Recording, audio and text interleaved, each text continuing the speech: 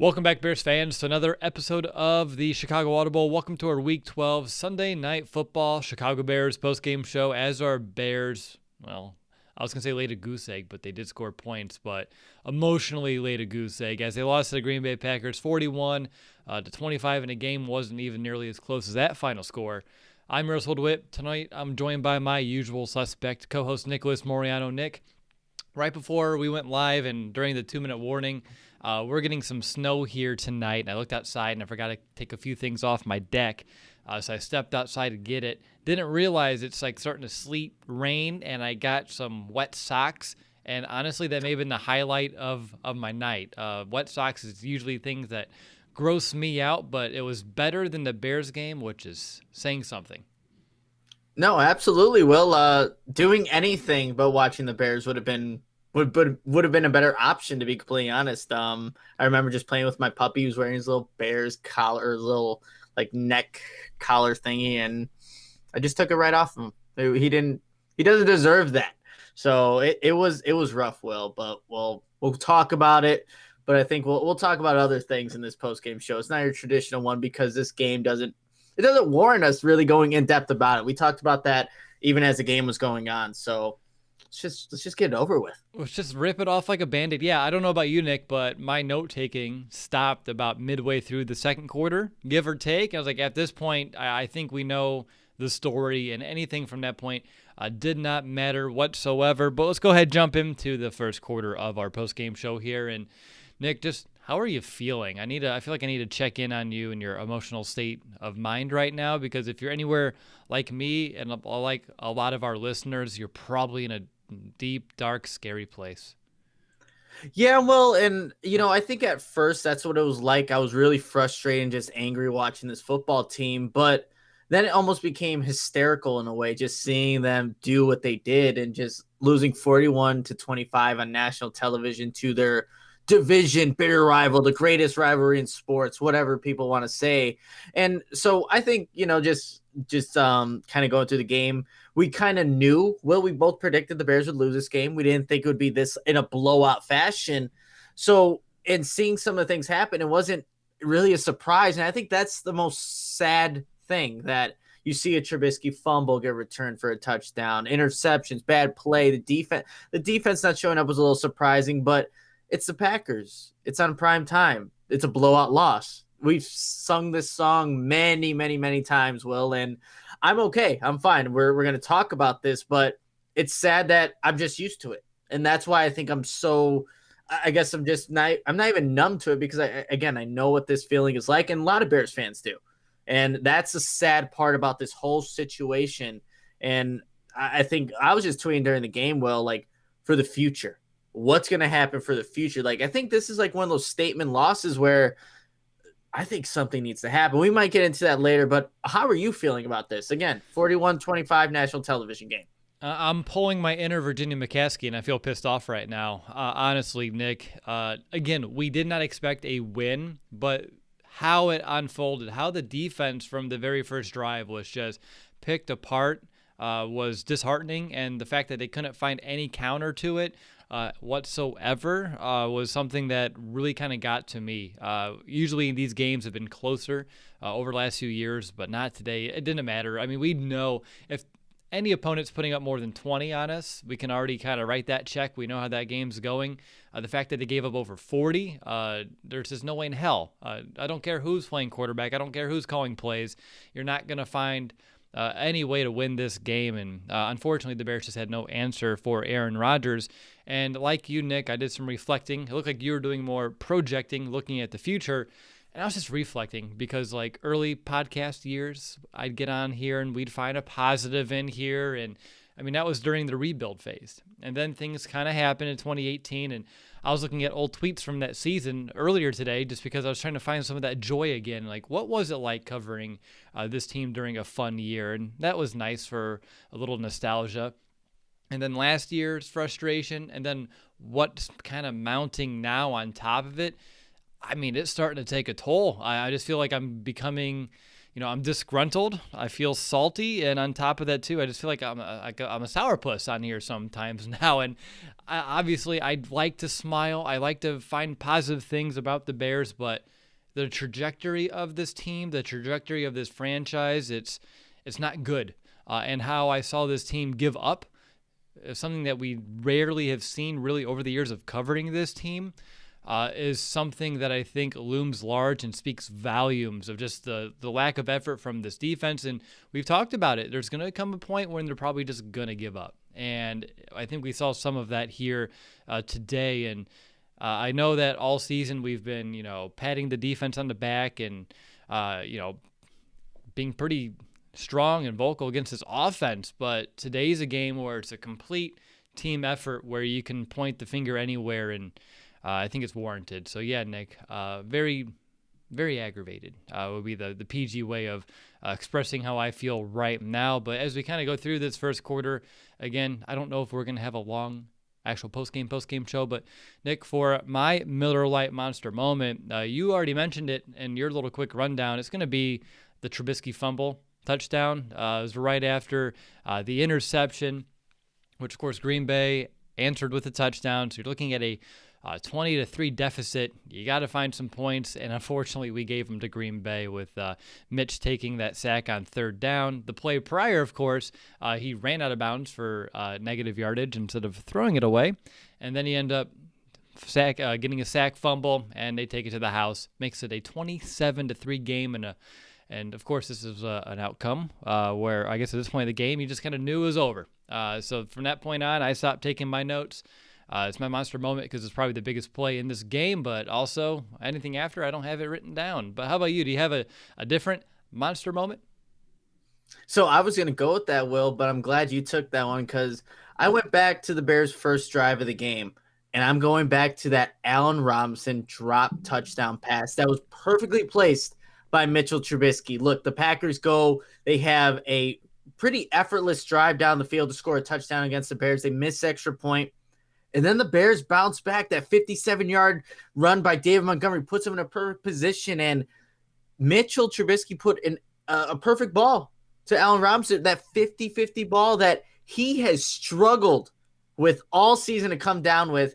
He doesn't come down with the ball. The Bears have to settle for a field goal. No, the game's not over. It's 6-3 at that point, right? Cairo Santos makes his field goal as he always does because he's a great field goal kicker. But that's a ball in prime time you have to catch.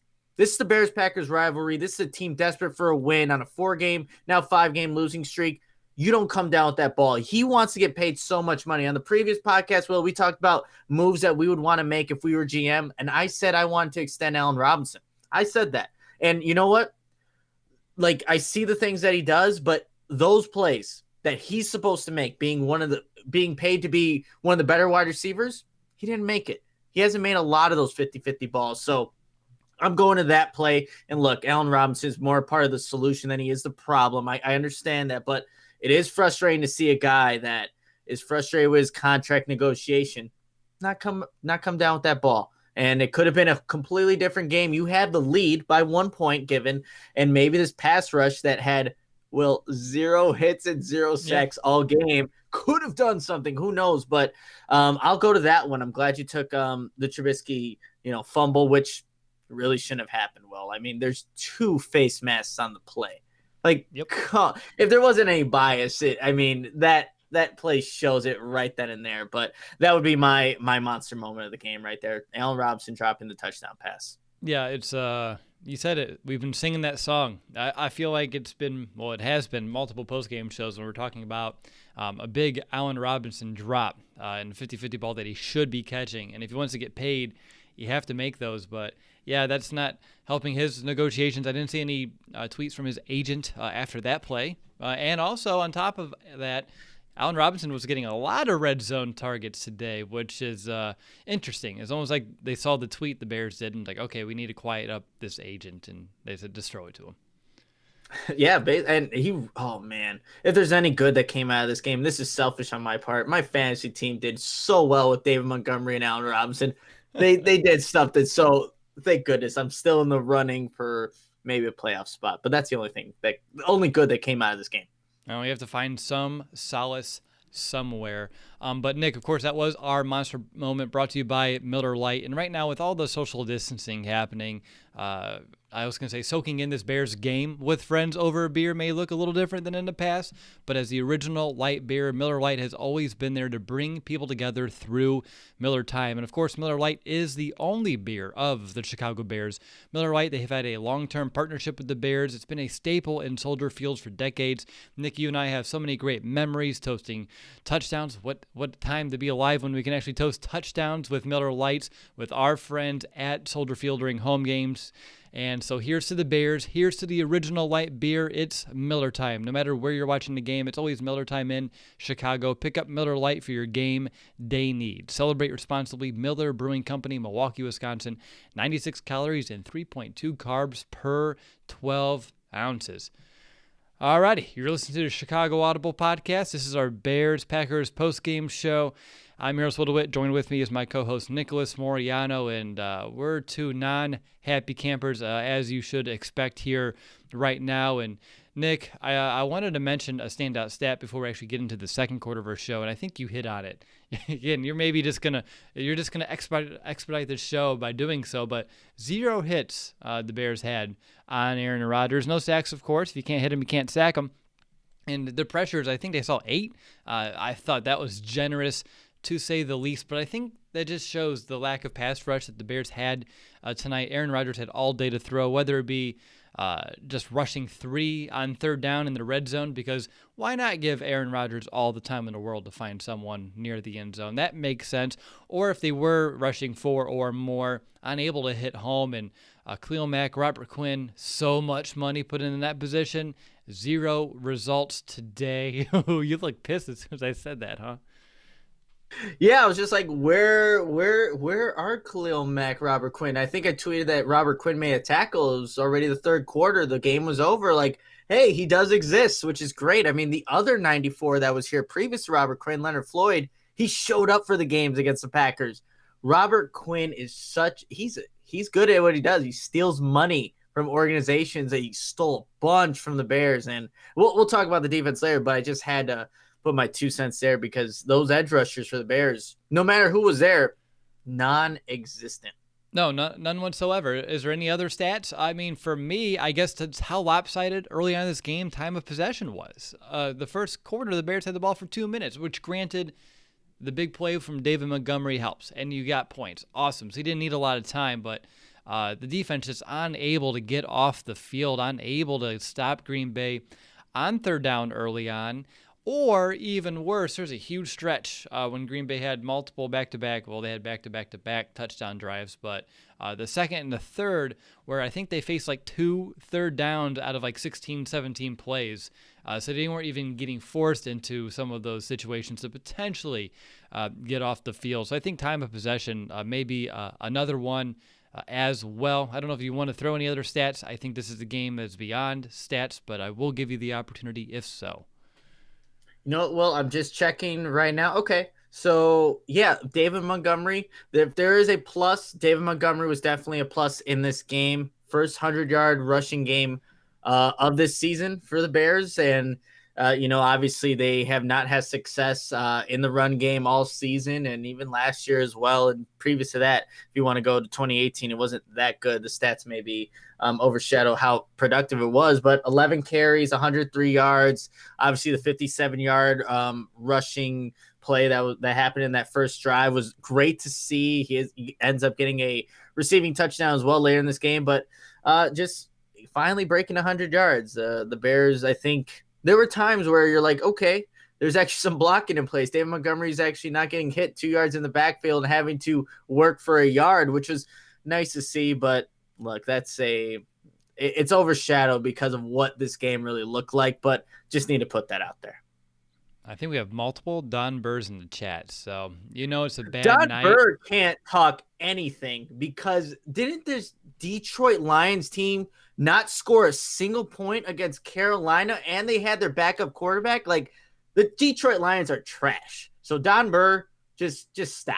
Just stop. That, if for anyone who's listening, that's just some troll on YouTube who loves his Lions, which are they're a worse organization than the Bears. I'm not going to go on this rant, but shush. You're not, but you kind of did. You dipped your I toe did. into it, which is fine. I'm here for it. We usually do play pretty nice here. But Nick, we can move into the second quarter here and talk about this Bears offense.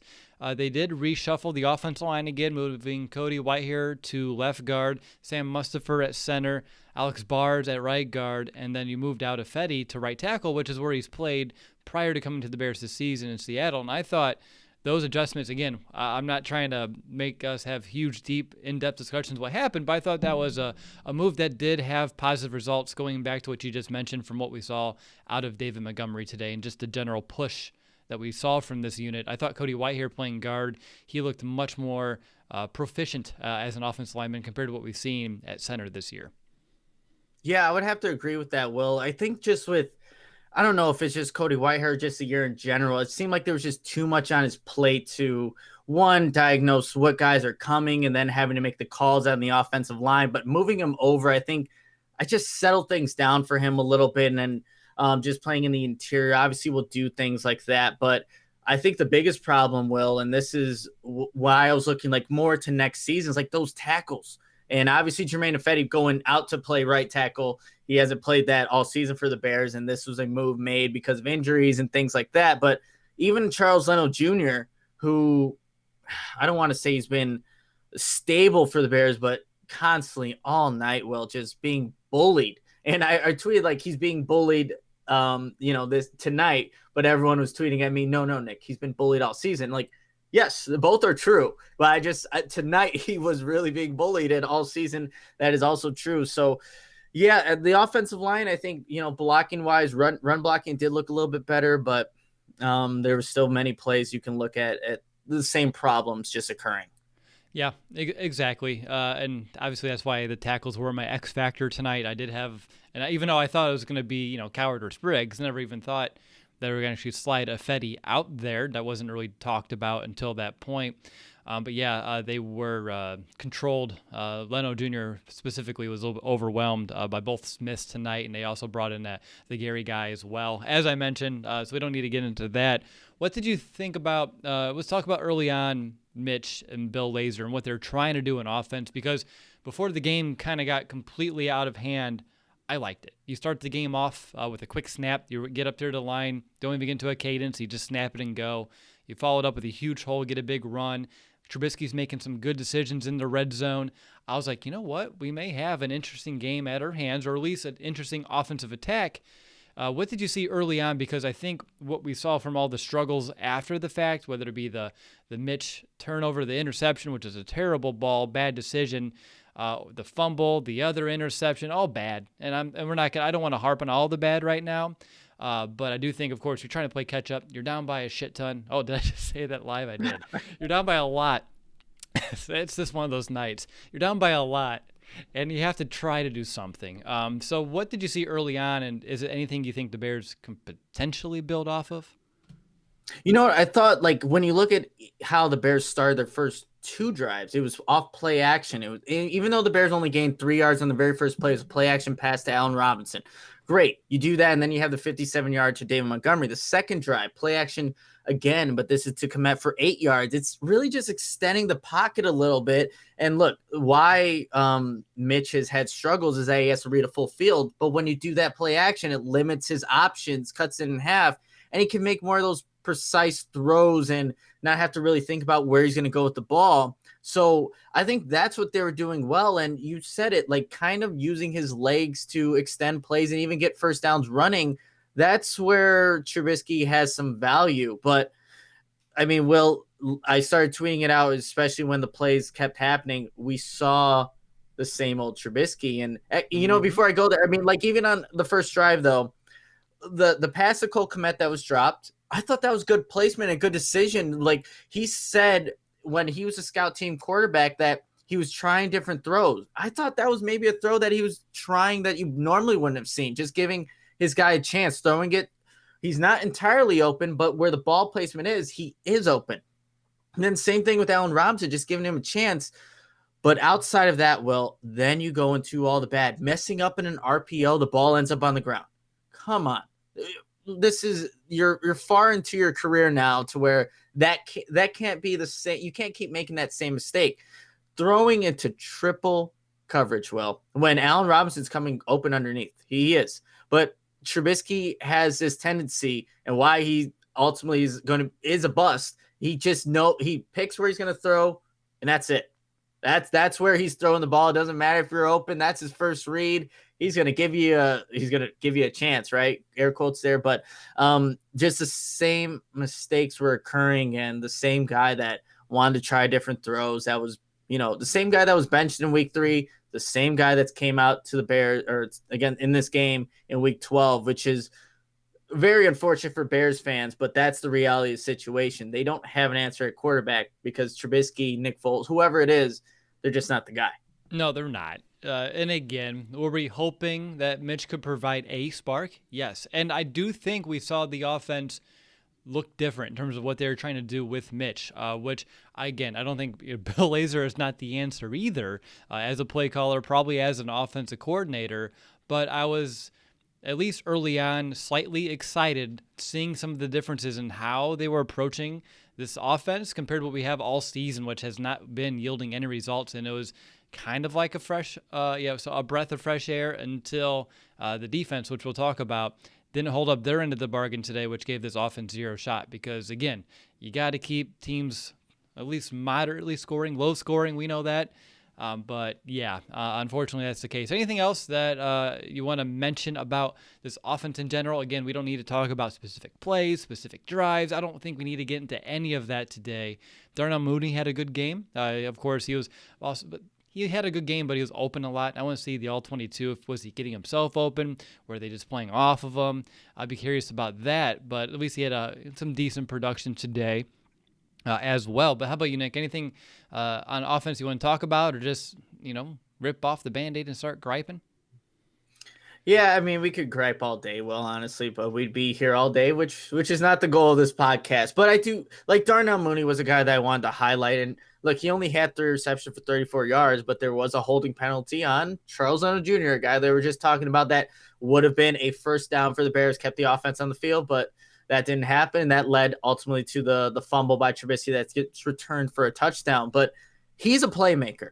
He's a playmaker. If you put Darnell Mooney in any other offense, he's going to produce, except for the Jets. I always say that in this podcast, but except for the Jets, he would produce. And, that's, I think, when I'm looking, again, what I was doing during the game, future goal, like future, just what's ahead for the Bears, that's a guy that you want on your team. That's a deep shot waiting to happen if you have a right quarterback that can actually connect on the throw, or just a good route runner. That's what Darnell Mooney provides for an offense. And I'm excited for him. I really am, because I think there are going to be some big changes here in the near future. And I can't wait to see what he can do in a competent offense, competent play caller, and with the competent quarterback.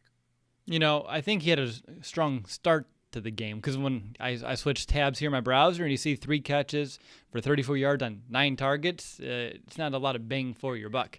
But again, that's quarterback play. That's just throwing it over there as well. And yeah.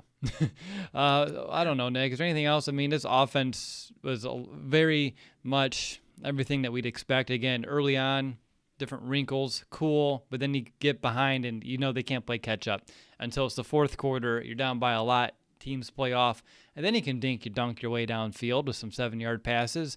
Tony Dungy gives you some backhanded compliments to make you really hate life, and here we are doing a postgame show. I don't know if there's anything more if you want to talk about at all with them. Obviously, there's nothing new here. It's a lot of the same old stuff every single week with this bunch for the most part, but I don't know. I'm at a loss where to take the conversation. So usually I feel pretty good about that, but this is one of those games, one of those weeks where it's just like, I don't know. Yeah, well, I think what's so frustrating is that this game was out of hand really early on, right? I mean, Green Bay scored 21 in the third quarter and already had 6 in the first. So the Bears were down. So whatever you're seeing production-wise, is it actually what would be happening if this game was relatively close, a 1-score game, 2-score, whatever? So, like, you see the yards, and Trubisky put up 242 with 3 touchdowns, right? And he had 46 attempts. Like, everything that we're seeing and all these fantasy points that I got. Like this, there's no value in this. Like Matt Nagy's talked about that before. It was against the Saints last year where the Bears were scoring some points. Like, and a reporter asked him, like, do you have value in that? No, like we don't have any value in any of this because that's not what the Packers would be doing. They're not a good defense, but still, it's like none of this that we can take moving forward. And I don't even think it really matters because everything is broken. But I think there was a comment that I do want to comment on. Tony Dungy said, like, the Bears do a little bit of everything. They're like a menu that has all these different things, but they don't have one thing well. And then I immediately thought, like, they're like a restaurant that literally doesn't have a menu. They're like, there is nothing to choose from because that's what the Bears offense is. There's no go-to. There's no signature dish. There's nothing that you could say, oh, the Bears are going to run this to get that first down because this is what they do best. No, they don't have that. They don't have any of that every other offense in the league has. And this is now Nagy's third year. And that's what's so frustrating about all of this is that we still don't know, Will, the identity or what the Bears even like to do. They just go out there and call plays and just hope for the best. And that's honestly what the Bears offense is. And that's why it produces the results that it has. I think the more damning statement in there is they don't know their identity. They don't know what they can do well, and they've been trying to figure that out. That's the every single week. We're going to go back to the drawing board, do some self-scouting, and figure it out. And they obviously can't do that every week, and they're not finding any success. So, yeah, Nick, as much as we would love to know the identity of this offense, I think more importantly they should know, and unfortunately they do not. So it's a huge issue that, fortunately, unfortunately, may have some changes from the top down that maybe could help them find some answers, hopefully sooner rather than later. I know one Matt is out in the NFC North as head coach. I don't know if we need to start talking about the other one here on the show, but, I mean, you start looking at the results, and then when you see teams give up like they did tonight, it really starts to creep into your head. And I know we try not to get too far into that speculation. Nick, can I rip off a Band-Aid real quick? Burning question. Do you want Matt Nagy gone? I think I do. I've seen enough. I've seen enough of this offense. I've seen enough of this team to where 2018 spectacular season that was led by our defense doesn't warrant. And a coach of the year, he got coach of the year because of his fantastic Vic Fangio-led defense. Matt Nagy hasn't done anything to help Chicago become a competitor.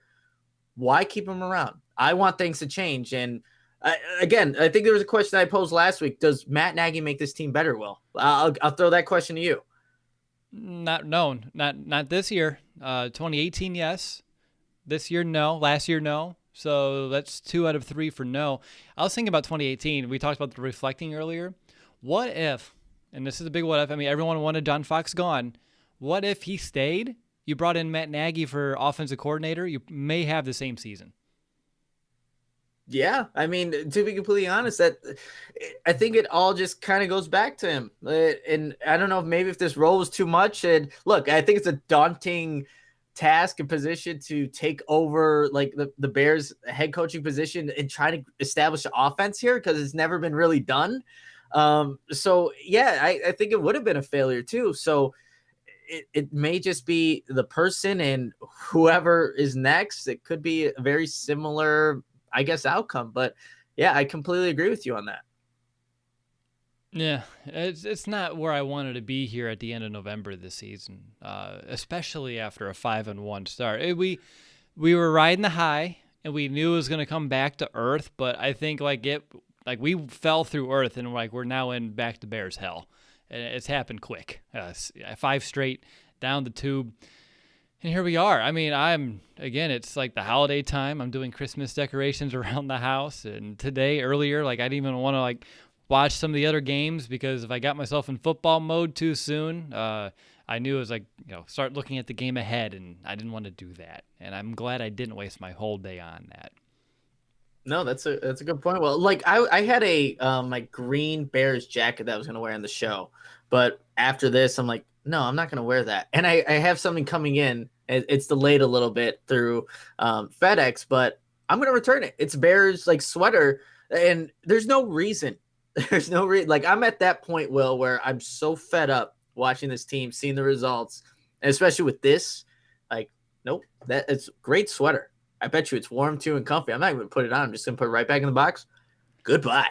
Return to sender, and you're in sayonara. It's one of those too. Like every year around this time, I make a nice little wish list of like things I want for me, things I want for the kid, and it's like I'm starting to get to the point where I'm embarrassed of wasting money on some of those items right now. They can be, I have a IU football team that's borderline top 10 in the country. I got to start supporting that here while I can. So the world is interesting, yin yang, things like to balance out. I get a good year for IU football, and the Bears have to totally implode something that seemed kind of promising for a little bit of time. Nick, I'm going to officially move us into the third quarter of this postgame show. And when it comes to the defense, what the heck was that?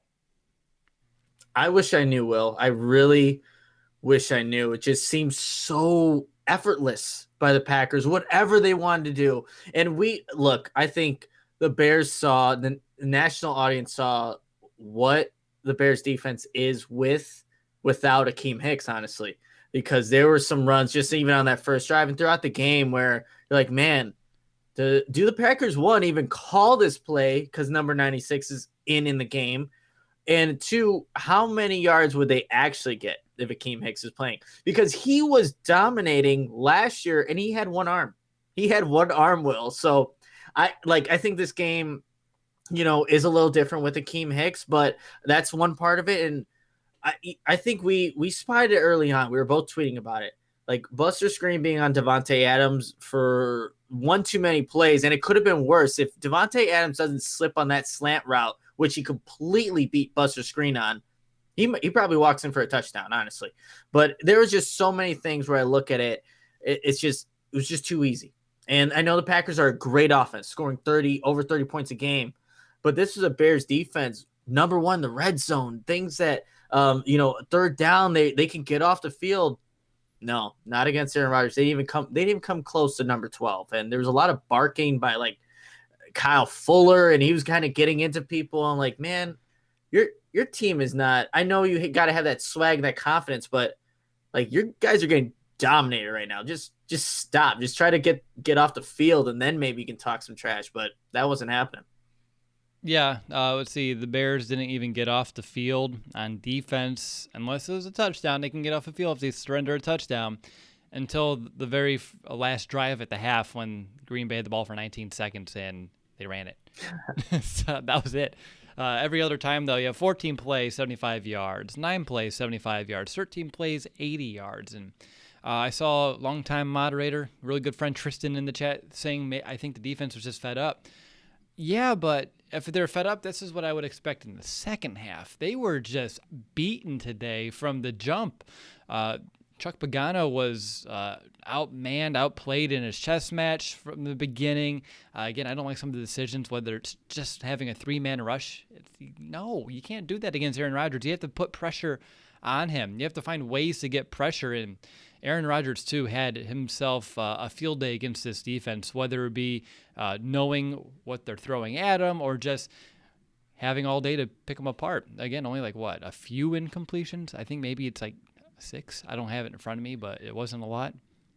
21 for 29, 211 yards, 4 touchdowns. Like it felt like a lot more. Like when you look at the yardage and just the attempts, it feels like a lot more, but he was so efficient and knew where to go and just where to place the ball that he honestly picked apart the Bears defense. There wasn't any pass rush like you were saying. And again, like when you have that interior not collapse on Aaron Rodgers and there's nothing collapsing on the edges and it's Aaron Rodgers, like he's going to pick you apart. Like what were the Bears even thinking when they want? Did you see a linebacker blitz? Like did Roquan Smith ever blitz? Did Dan Trevathan? Like I don't know if I even saw that, or maybe I wasn't paying saw attention. A couple of times too late.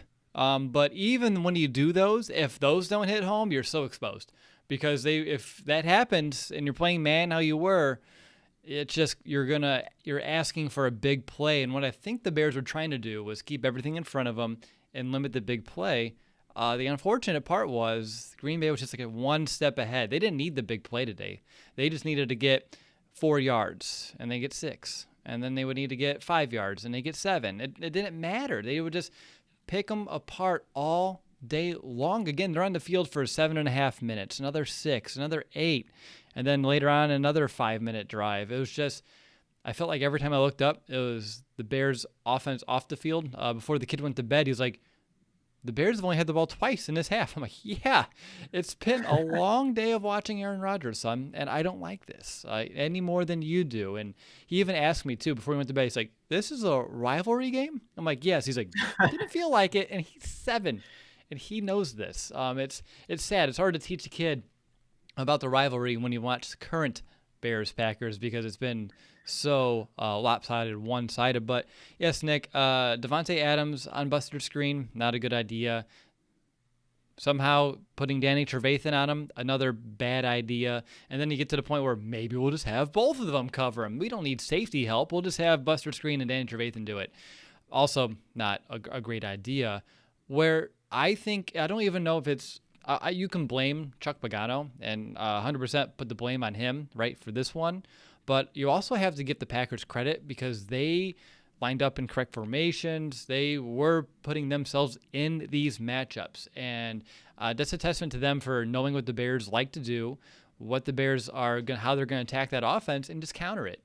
Whether it be the multiple rub routes with like a million crossing routes and you just get the one guy free because you don't have any pass rush. So all you have to do is wait for one option to finally break free. Or if it is just finding a way to get Adams and some of the other playmakers in space and with those good matchups. And Nick, I know in the preview show you said, watch out for, it's always Bears Packers where some of these smaller guys will come up with some big plays. And you saw them from Lazard, Tunyon, St. Brown, guys that have not been involved in this offense rarely this season for Green Bay, besides sporadically. And of course, they all have pretty decent games, big plays when it matters, types of moments. And just like no matter what the Bears wanted to do, it wasn't going to work. And whatever the Green Bay was willing to impose on this defense, they can do it all day long. Yeah, well, and I think what the Packers were, look, credit to them, they saw Buster Screen and Danny Trevathan as their weakest links in coverage. And you know what they did, Will? They kept trying to target those guys, try to get them in situations or plays where it would put them in a position to try to actually make a play but fail to actually execute it effectively. And look, the Packers capitalized on it. That's what a good offense does.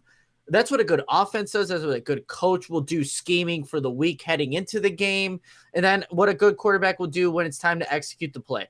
They will look at those weaknesses on a defense, and every single defense has one or two or whatever it may be, and they'll exploit it.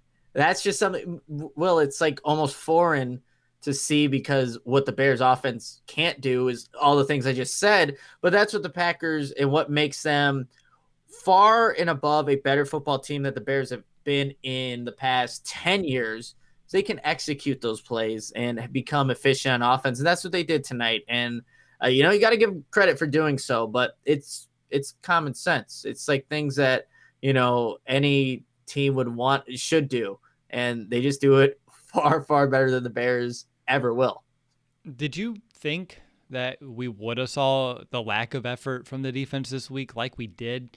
For me, it was actually one of the last things on my mind. I thought they're going to keep us in this game. It was going to be another instance where we're on this post-game show and we're like, if we would just have a freaking offense, maybe we can find some wins here. And I didn't really expect this kind of blowout and output from Green Bay. Again, the last time I can't remember the last time they put 40 plus on us. It's been a little while, and I don't like to remember, but I really thought with this Bears defense and how they've been playing, this is one of the last things I expected to see out of this game.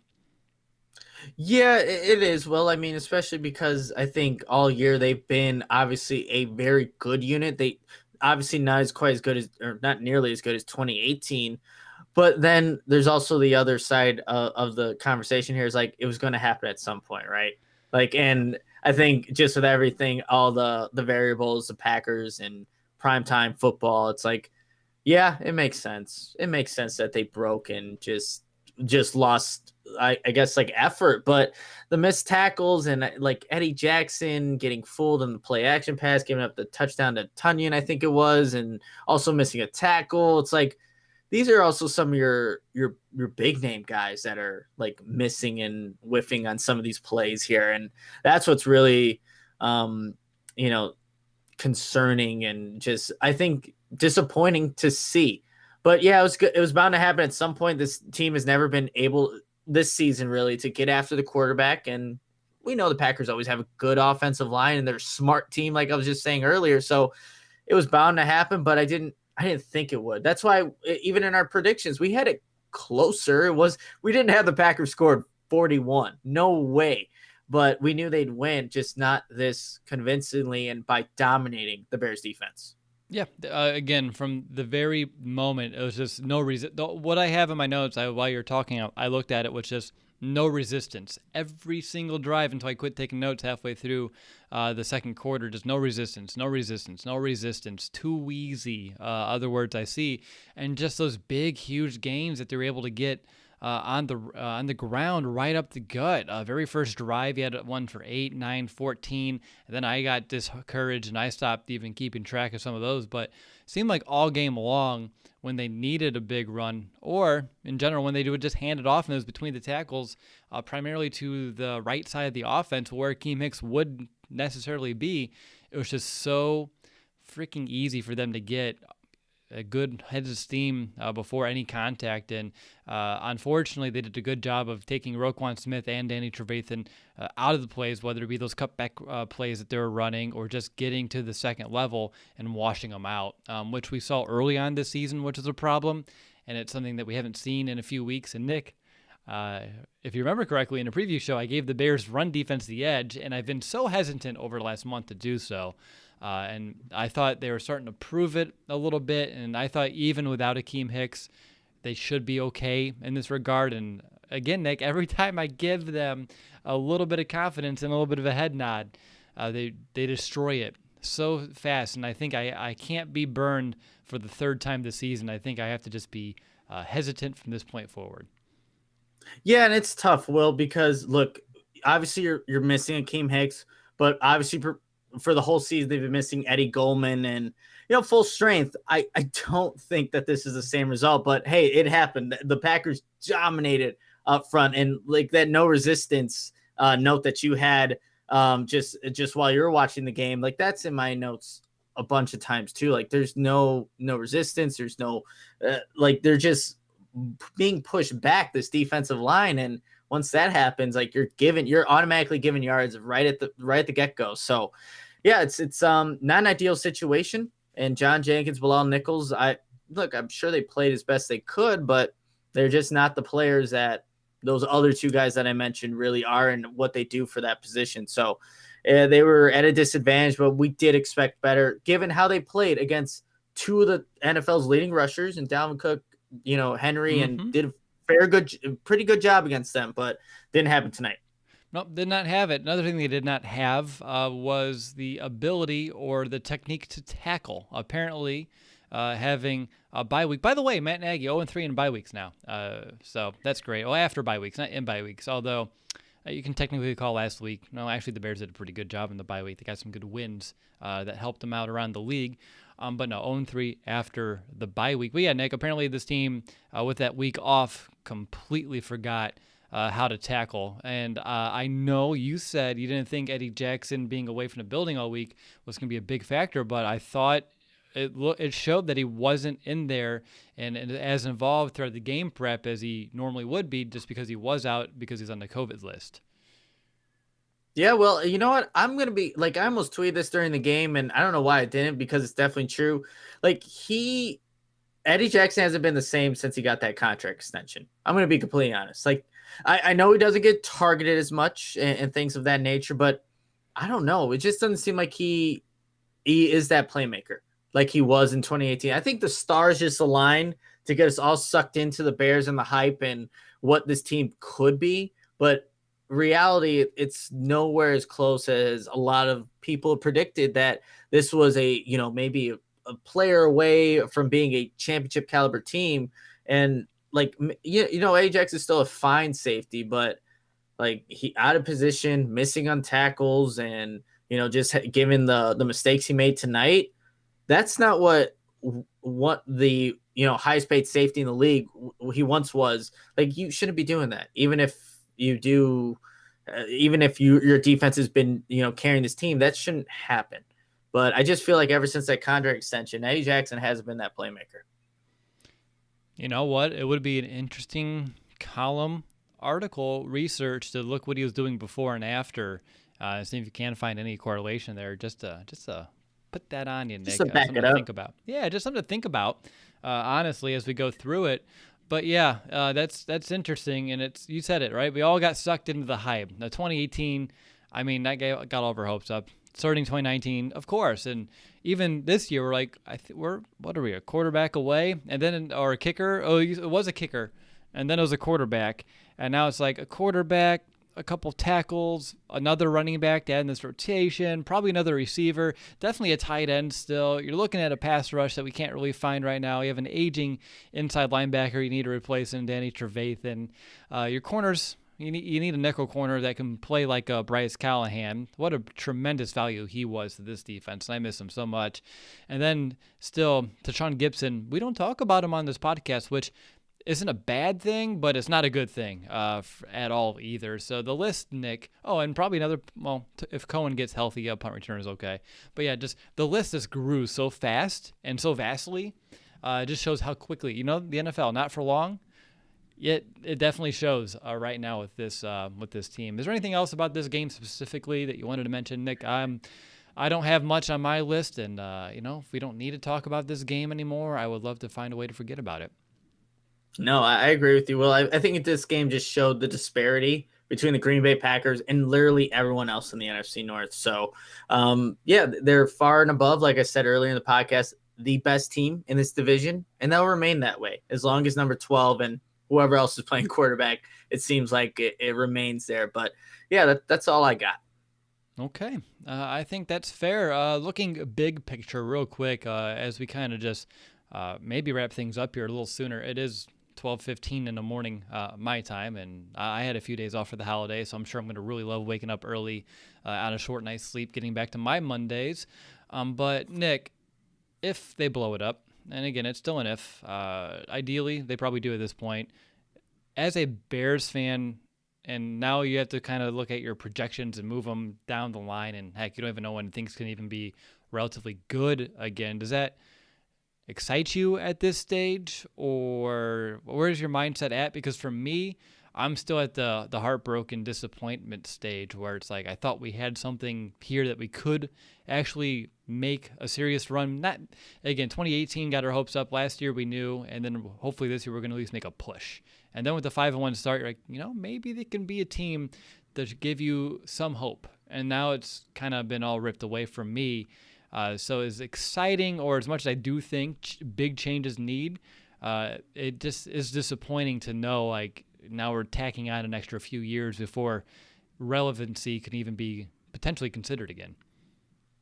Yeah, well, I don't know if excitement's the right word, because the Bears can easily get it all wrong again. And we can go through the same process. We're rebuilding, right? Getting pieces and all the pieces you mentioned. Let's say the Bears start building it up, but they just have the wrong people in place, or they draft the pieces, but the players aren't who they thought they were going to be, similar to what happened in this rebuild, right? So it's just something that needs to happen. I wouldn't say I'm very excited about it, because I just don't trust the Bears to honestly make the right decision. Yeah. And that's what's so scary about the future of this team. Like I say, yes, change needs to happen. You can get rid of your coach, GM, and start trading away players, and maybe you're starting to regroup and get that team that you want, but it doesn't guarantee that it's all going to work out. And that's such the scary thing in all this. And well, look, I love talking Bears football with you, but my goodness, we got to talk about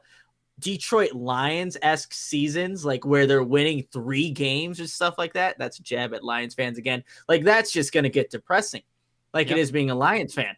But that's where I think this can get, again, back to a place where we're at right now, where it's dreadful talking about the Bears. So exciting is not the right word. It's just something that needs to happen. And we'll have to wait and see what the results end up being, because the Bears haven't showed us since they won a Super Bowl in 1985 that they can actually get things right. Yeah. And again, that's the risk reward, the gamble that you take each and every time that you try to rebuild or retool and you do blow it up. You start tanking. I don't think you're going to tank per se, but if you do start trading away assets and moving around cap space and changing leadership, it is a risk. It doesn't mean it will be better. You give the hope, though, and that's how you can sell tickets and merchandise and make money. We understand how the game works off the field as much as it does on the field. But yeah, Nick, sometimes it does have to get darker before it gets better. And like you, if we have to go back to some of those 2016, 2015, 2017 types of Bears seasons where we're on here talking only about 3 wins, it's going to be some long years. Yet again, I'm sure my hair will be completely gray by the time we actually get back to a winning season, if that's the case. But since we're unofficially in the fourth quarter of this postgame show, I don't want to do a quick hit on special teams. I don't think I want to call an audible, besides maybe starting the game. MVB, are we just going to do a quick consensus David Montgomery? I think that's about right. No one on the defense deserves it, and David Montgomery's the best player for the Bears today. All right. Quick, simple, easy enough. Any final words? I'm not even going to do a 2-minute warning. I don't think I want to put the time there on the clock. I don't want to find how to fill 2 minutes of air. So any just final thoughts, and we'll wrap it up. And what are you going to ask the Magic 8 Ball? A simple question. Will the Bears win another game this season? Will they? And here's who they got on the schedule, you guys. After this Green Bay game, they have the Lions. They probably could get a win there. Lions, Texans, Minnesota, Jacksonville, Packers. Okay, hold on 1 second. Before you do that, if they don't fire anyone here soon, again, after you lose to a divisional, your bitter rival, the way they did, knowing the Bears, they won't do it this early in the season, but how they gave up against Green Bay, the Packers, and how this whole season's kind of gone, maybe it's warranted. Would Mike Glennon beating us with Jacksonville be enough to put the nail in Ryan Pace's coffin if that ends up being the case? If that happens, if Mike Glennon, is that at home too? At Jacksonville, it doesn't matter. But if Mike Glennon beats this Bears team, they just need to fire somebody before like the final whistle blows, before we even go live. Like, fired. Somebody needs to go. If it doesn't happen sooner, again, that is in week 16. They still have the Lions, Texans, and Minnesota Vikings. It can go haywire with how this Bears team is playing. But yeah, a Mike Glennon victory over the Bears, you clean house, dumpster fire, just clean everybody out. But let's see. Concentrate and ask again. God, I've asked it twice already, and it said it's hazy. We don't know. So they don't know. So it's probably, here we go. Oh, wait, what I ask you? Will the Bears win another game this season? Mm-hmm. Most likely. Okay, they had the Lions. Yeah, I get it. But most likely. But it was hazy. There were 2 responses where I didn't know. So it's going to come down to a fourth quarter game like it always has been, Will.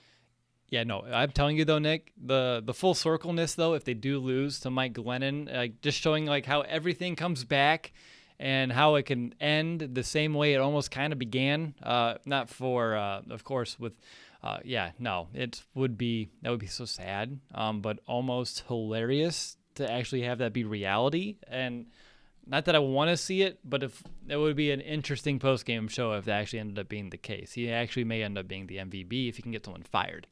And heck, Mike Glennon has probably always wanted to be an MVP in our podcast and just could never get it done when he was here. But all right, Nick, so no more anything from you. Gonna zip, and we're gonna just call this a podcast. Let's call it a podcast, Will. You want to let people know, though, if they feel bad for us staying up late talking about this game, how they can help support us in our efforts, put a smile on our face this week, and get a shout-out in our preview pod coming up in a few days? Yeah, absolutely. And I know I saw some donations come in the chat, and we'll definitely address that in the preview podcast. But thank you to everybody. I did see that. And Don, I know I was giving you some slack, but I do appreciate that. And, I guess all in love. But if you want to get a shout out on the next podcast and help us, just keep this thing running while everything is going drastically downhill. Here's how you can make that happen. On Venmo or PayPal, you can send us a donation. And if you do that, you'll get a shout out on the next podcast. At Venmo, you can send us a donation at the Chicago Audible. Should see my name and the Chicago Audible logo. And on PayPal, it's www.chicagoaudible.com/PayPal. Again, Venmo at the Chicago Audible. PayPal's www.chicagoaudible.com/PayPal. Awesome stuff there. Yes, definitely help us out. I have a shout out that came from PayPal. I love to do more if we can here within a few days. And again, it helps us keep it running. And through these dark times, it would definitely help some motivation to kind of keep things running per usual as we kind of limp our way probably towards the end of this season. And hopefully the offseason gets us plenty to talk about. But I want to thank you if you're listening here on YouTube, Periscope, Facebook Live. I know it's late, early. It depends on where you're in the world. I know we have a global audience, but no matter what time it is, where you're at, thank you so much for watching live. If you're listening to the podcast here after the fact, thank you as well. Again, it doesn't matter where you are, how you consume our show. Nick and I really do appreciate the time that you took to give us some of your day. And, of course, listen to us talk about the Bears. And like you, we all wish it was a little bit better right now. Also, don't forget to subscribe to our YouTube channel, rate and review our show on Apple Podcasts. That way we can reach more Bears fans just like you. Up next, I know Don Burr is excited because it is Lions week. They are without Matt Patricia because he's gone. So we'll talk about the impact of that and everything that comes after. Nick, quick spoiler alert, I hate playing teams with interim head coaches because they always tend to play a little bit better somehow. And we'll talk about how that will shake out here in just a few days. Something for everyone to stew on, I guess. That is not a Chicago Bears loss because I'm sure we're all stewing on that right now. Or if you're listening to the next day and you still are, take a breath and we'll all move on together, I promise. But we'll talk to you here soon as we get back to our game week preparations for